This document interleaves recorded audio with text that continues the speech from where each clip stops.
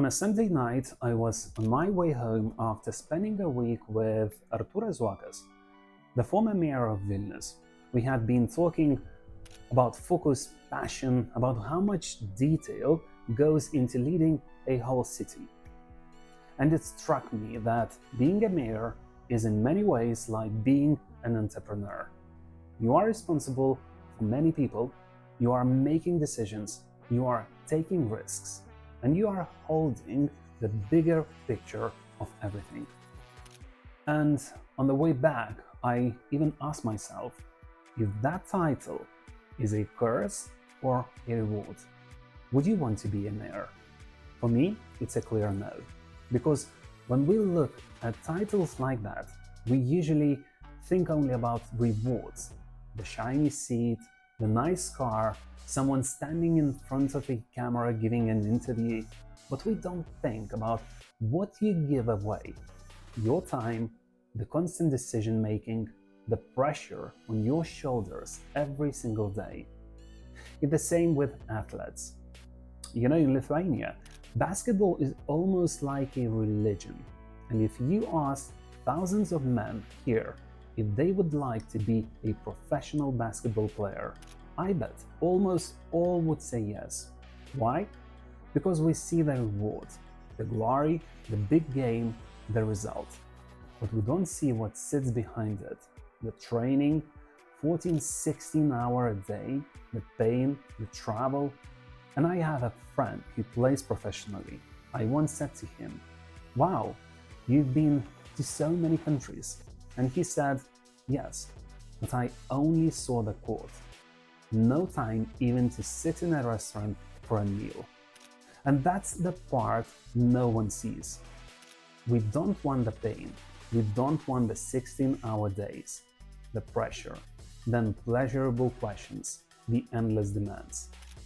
But we want the reward, and that's the trap. This led me to the idea I noted down: signal versus noise. What should we really focus on? What is important for the future? And this wasn't even my idea. I first heard it on a podcast where Stephen Bartlett spoke with Kevin O'Leary, the investor from Shark Tank. Kevin told the story of Steve Jobs and his obsession with signal-to-noise ratio. Jobs even said that you pick 3 to 5 tasks a day, you finish them, everything else is noise. That idea touched me so badly, I couldn't let it go. For weeks, I kept thinking about it. Signal versus noise. Everything in my calendar, in my office, even on my phone. I deleted all my social media apps just to clear out some of the noise. There's a concept that he understood that very few people focused on back then in the early 90s of signal-to-noise ratio. What was so brilliant about Jobs that I tell every CEO now, and I don't care if you're an S&P 500 CEO or you're just starting a business, his vision of signal was the top 3 to 5 things you have to get done in the next 18 hours. Not your vision for the business next week or next month or next year, just the next 18 hours you're awake. You're going to get those 3 things or those 5 things done that you have deemed critical for your mission. They must get done today. Anything that stops you from doing that is the noise. When I heard that clip, it felt like a punch in the face. I thought I was focused. I thought 10, 12, even 14-hour days meant all signal. But looking honestly, maybe 30 to 40% was signal on a good day. The rest was noise. And then spending time with Zuokas, it all came back. Because here, in front of me, was a man living the signal-to-noise idea in real life. He was always writing notes. His calendar and notebook were packed, every single hour organized. He was so consistent, so focused on signal only. Whether we were at dinner with a glass of wine or driving through the city, he kept talking about how to make Vilnius better. Not about short-term popularity or wins, about the long-term vision of Vilnius as a top European city. What decisions need to be taken today so that happens tomorrow? And he made me feel so important in those conversations. And that's the brilliance of really smart people. They make you feel smart too. Other people close to him said the same. His team, even his wife, told me that he can't pass a homeless person without stopping to talk. He knows every single corner of the city. When something is not moving in the right direction, when Vilnius is falling behind other cities, he gets fired up. That passion, that obsession, that is pure signal. And it reminded me of what Steve Jobs said. Many visions stay only visions. They never become real.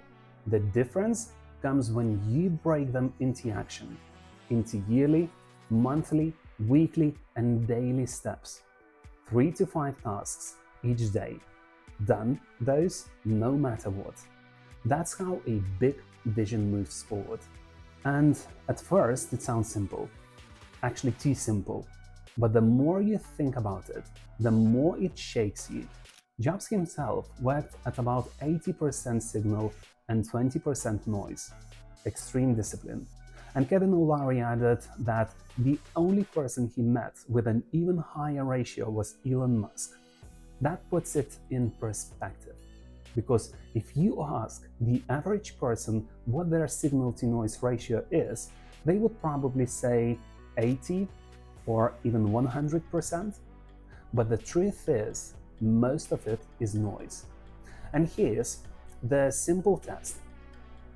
Even now, if you are listening to this podcast instead of doing the 3 to 5 tasks you promised yourself today, that is noise. So I asked myself, what is signal for me? I realized it's anything that moves me closer to my goals. Weekly goals, monthly, even 5-year goals. If it pushes me forward, it's signal. If it only fills time, it is noise. And now I see it even clearer.